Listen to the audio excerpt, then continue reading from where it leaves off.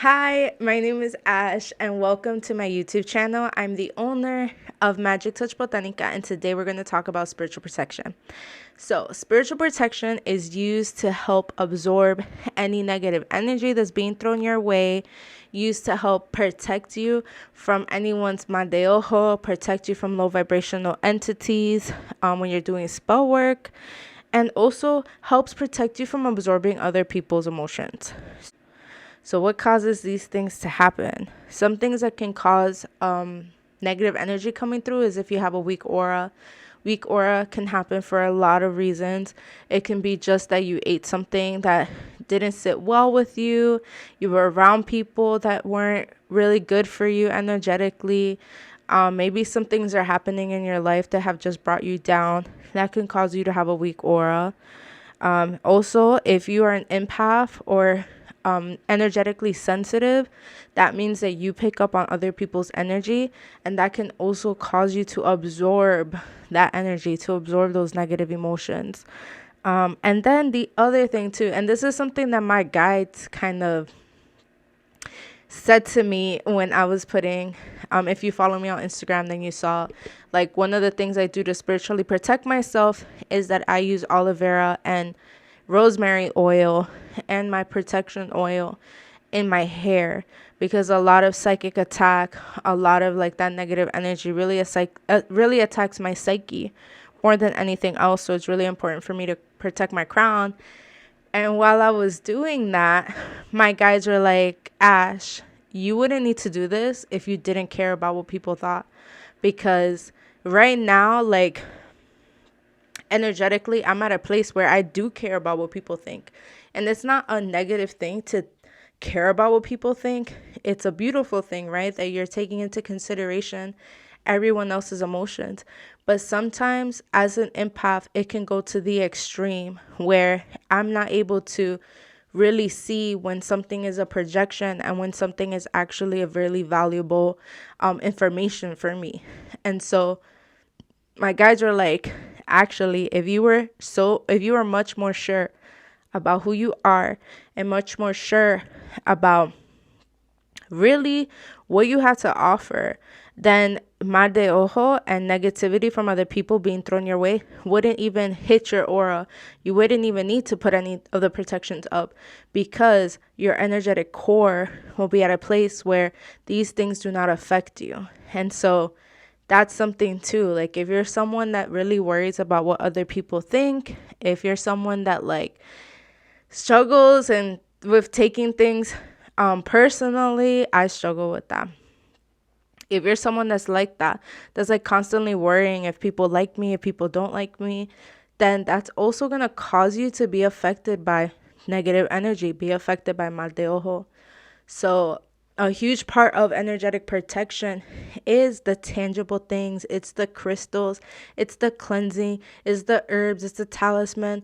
But it's also about getting you to a place energetically where you are not affected by what other people are doing, by other people's energy. And that's really what I've seen from my life. So this may resonate with some people, this may not resonate with some people. And if for you, you're like, I don't care what people think about me, and I'm still getting hit with the haters, like that's fine. But I think too is something to think about. Where are you energetically? How is it that you are affected by other people's opinions? And how could that in turn also show up energetically for you? For me, I'm working on that. I do care about what other people think. Less now than I did before, but I do still care. And that's why I have to put energetic protection up because of that, because I'm still at a place where I am worrying about what people think about me, and therefore it's like my antennas are looking out for that, and therefore picking up that signal, whether it's positive or negative, and it's affecting me. So now that I said all those things, what are some tangible things you can do for spiritual protection? So like I said, there are so many things for you to do, so many things for you to do. And because I'm so aware of how like my body is and how I pick up on people's energy quick, and how like somebody can say one thing bad from across the freaking country and I will feel it, I know I have to have my protections on point. So for me, I have a spell jar that I created to protect myself. It means that any negativity thrown my way is going to have to reach that jar first, and it's going to be thrown right back. And I always set the intention when I do protections, especially things around reversal, that it doesn't harm nobody. So, you know, if someone says something negative about me, whether intentional or unintentionally, it's not like their whole life is going to be messed up, but it's just that they're going to like learn the lesson of stop talking shit about people. And that's another that's another tough topic because everyone talks shit. I talk shit. I get jealous like anybody else. And reversals is not so much that, oh, somebody gets jealous of you and something bad's going to happen to them. Reversal is, you know, you can't be a nasty person and then and expect that not to come back to you. And that's kind of the intention I set is, if you're going to say something negative about me, you're going to feel the effects of it so that you stop doing that. And that can be that, and everything is with permission of your guides too. So if someone is jealous of me and they're sending me mal de ojo and they're sending me negativity, it's going to get shot back. And their ancestors are the ones that have to deal with it. Their spirit guides are the ones that have to deal with it. And their spirit guides are going to create the lessons that they need to know, that they need to learn so that they stop doing this. Same with me. I have been, jealous like anybody else. I have talked shit like anybody else. And I had to learn the lessons of, well, every time I do that, like it is negatively affecting my life. Because I'm putting myself at a vibrational place where that's okay. And so I'm not opposed to reversals at all, because I know that reversals is teaching that person a lesson, and it's not going to destroy their life unless they were shooting energy to me to destroy my life. And therefore that's on them, right? Like if somebody tried to curse me and I have my protections up and that curse goes back to them, that's on them. I'm not responsible for that. And I'm not going to be responsible for that. That's another part too about spiritual protection is you can't be responsible of what somebody else is doing. You just can't be responsible for it. It is their journey. It is their experience. They wanted to hex you. They wanted to curse you. That's their journey and lesson to learn. And they will learn. And hopefully they won't do it again because they'll see the negative effects of it. And a lot of times, it's not even that. For example, like me, I could not have my protection jar up. I could not have any of the protection things that I do have. But I could just simply have my ancestors and guides protect me. And that energy will be thrown right back. And then it will be their ancestors and their spirit guides to have to deal with them. It's out of my hands. And it's out of your hands if you decide to do reversals, if you decide to do protection. Like, it's literally out of your hands and it's not your responsibility. So, reversals. Like I said, I have a spell jar that's a protection jar. And you could look it up. There's so many different ways of creating a protection jar. The most simplest and I feel like the most accessible and like it's not a closed practice way of creating a protection jar would be to look up a witch's jar. And there are many different ways to do a witch's jar, but I would look it up, see what resonates with you, see what you have access to, create a jar and do the ingredients and everything. Because the biggest thing in any type of spell jar, any type of spell work is going to be your intention. So it doesn't matter, some ingredients matter, but it doesn't fully matter too much. It's going to be your intention behind it. So like I said, for my spell jar, the intention behind my spell jar is that whatever is thrown my way gets thrown back to them for their guides to deal with. I'm not, someone tries to curse or hex me, it's not me cursing or hexing you. It's that energy being thrown back to you, and now you have to deal with it and the lessons that come with that. So you can do that. You can do candle work too. There's a reversal candles. You can get talismans too for protection around your house. You can do sigils. And I spoke about that in my Patreon workshop when we did spiritual protection. If you're interested in sigils, they are basically symbols that you create, that you pray over, charge with a specific intention, and then you use that as your symbol for protection. You can make sigils for money, sigils for joy, sigils for luck, sigils for cleanses, sigils for banishing, etc. So that's one way you can look it up. Sigils are spelled Sigils. And then you can use herbs. An herb that I use a lot is rosemary. Rosemary is purifying and protective. And that's why I love rosemary, because I can use it with the intention to cleanse and to protect at the same time. I don't have to use multiple different herbs for it. The thing about working with herbs is that there's so many herbs that do the same thing. And the reason why is because all of us have different energetic body. All of our bodies work and connect differently with different herbs. And then as well as there's some herbs that you probably shouldn't be using. I feel like there's a lot of debate over white sage, and palo santo, and it's really just white sage. The debate around palo santo is not so much that it's a closed practice. It's just that, with spirituality becoming so mainstream, that there's a real fear that tree will become endangered. And with white sage, it is a closed practice. It has become endangered because of so much of the over harvesting, and I personally don't use it. It is a herb that I use and I felt called to use in the beginning of my spiritual journey. But I'm at a place where, for me, when I work with herbs and when I work with plants, I have to feel like there's a mutual respect there. And if I have the knowledge that using white sage for smudging and calling it smudging is a closed practice, I just can't do it in my body. Not everybody's the same. And I'm not going to tell you to not use it or use it, because I think that's a choice you have to make for yourself.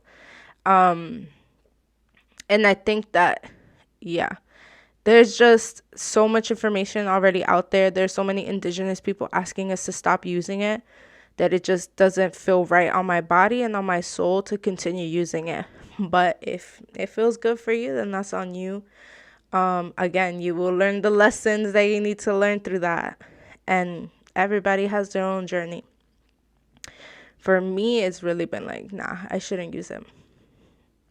Anyways, look up different herbs that you can use for protection and use them and build a relationship with them and see, is this the herb that I'm going to use? Is this the herb that I can use in the environment that I live in? Can I grow it?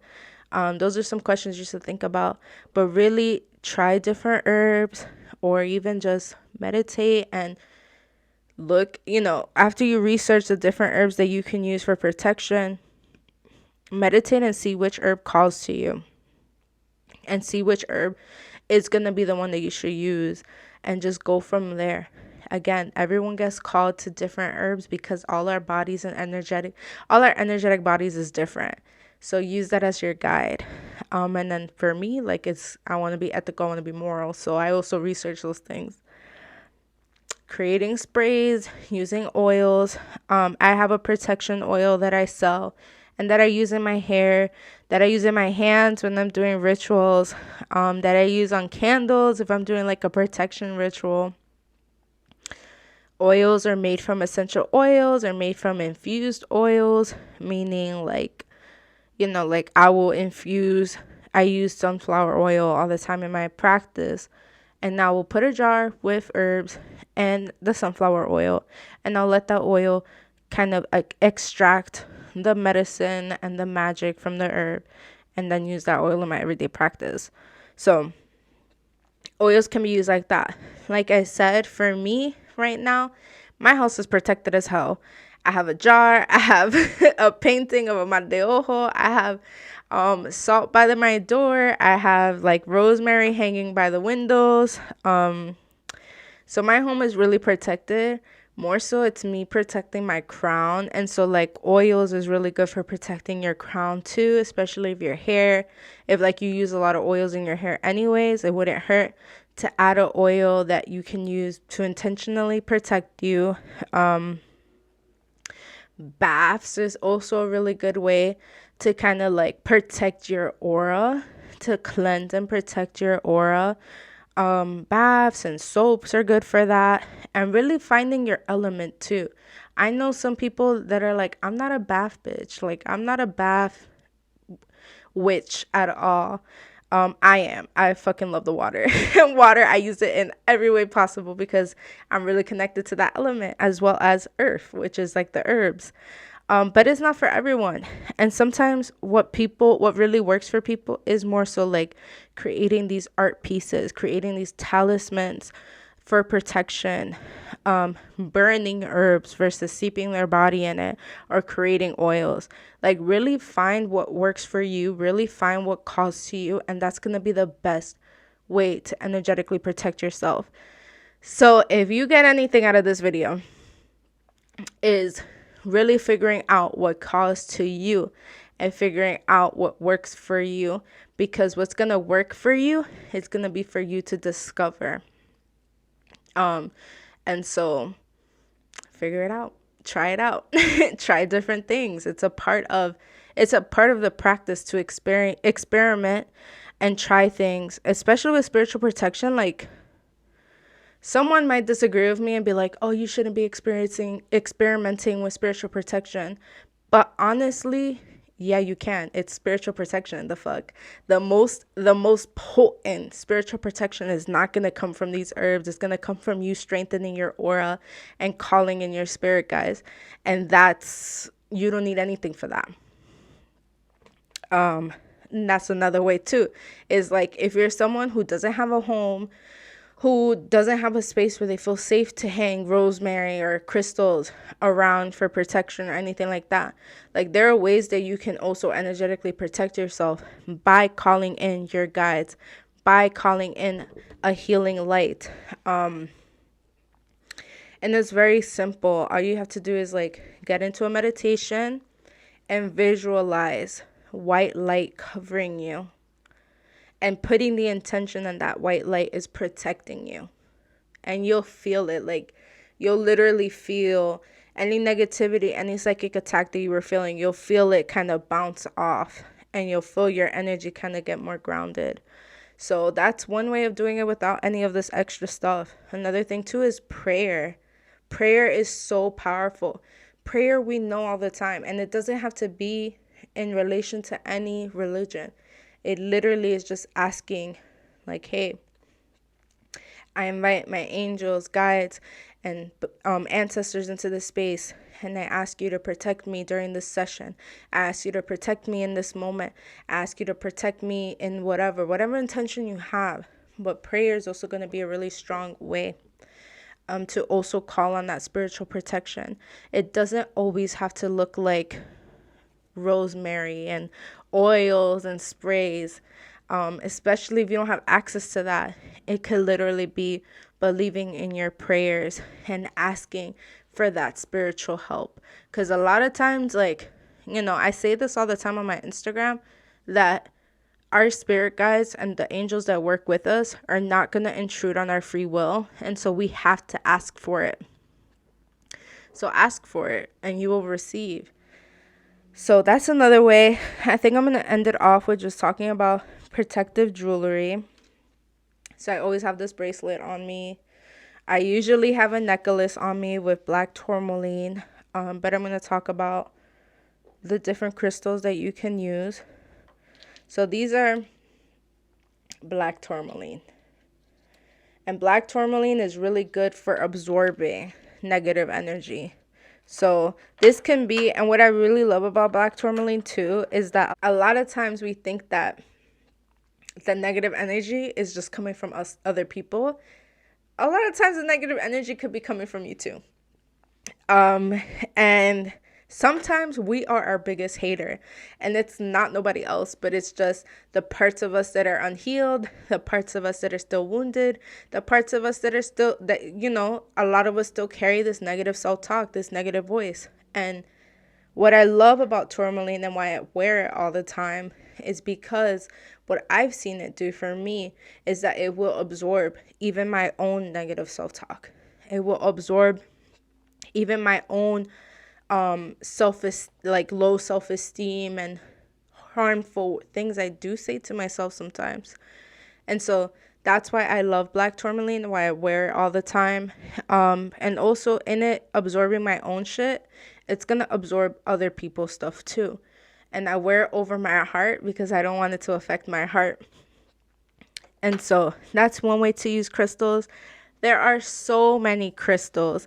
Again, it's just about doing your own research, creating a relationship with crystals, seeing where you feel energetically pulled to, and then working with them.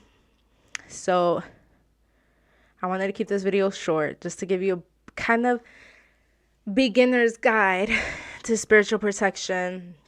I hope it answered your questions. I hope it gave you clarity. And yeah, the other thing I want to add too is like, I'm talking about spiritual protection from an energetic place of like negativity, but there's more to spiritual protection too, because like I like to say, even when I'm working with money magic or manifestations or anything, you have to believe in miracles. You have to believe that there is this higher power that is going to protect you from all types of harm. And again, whatever intention you put into whatever you're doing for your protection is what's going to come into fruition. So if you're somebody that wants to make a protection jar, not just from protecting you from negative influence, protecting you from negative energies, but also protecting you overall, then do that. But it's going to take really you believing in miracles and really you believing in the power of your intention and the power that you have, and also in the power of your guides. So I hope this gave y'all some information, some things for you to think about. I really want people to just leave knowing that like spiritual protection is not one size fits all, and that is really about discovering yourself and discovering your energetic body and trusting what your body wants and what your body needs. And by body I mean like physical, but also on a soul level. So thank you for watching this video. Comment below if you have any questions. Any questions you have, I'm gonna answer them. Or if not, I'm gonna steer you towards resources that will be able to help you and give you the right answer. And the last thing I wanted to add is that spiritual protection can sometimes look like rejection. So keep in mind that when you do spiritual protections, it may not look all like great things are coming into your life. It can literally look like things are leaving your life and things need to get out of your life. And just know that when you're doing the protection spells, the protection rituals, the protection jewelry, crystal, whatever you decide to work with, that you may actually see things that are no longer serving you exit your life. And that is a part of the protection. So you can either set an intention that it is not that drastic, or you can accept it as a gift and as a part of your journey and as a part of the protection. So that's all. Bye, for real this time.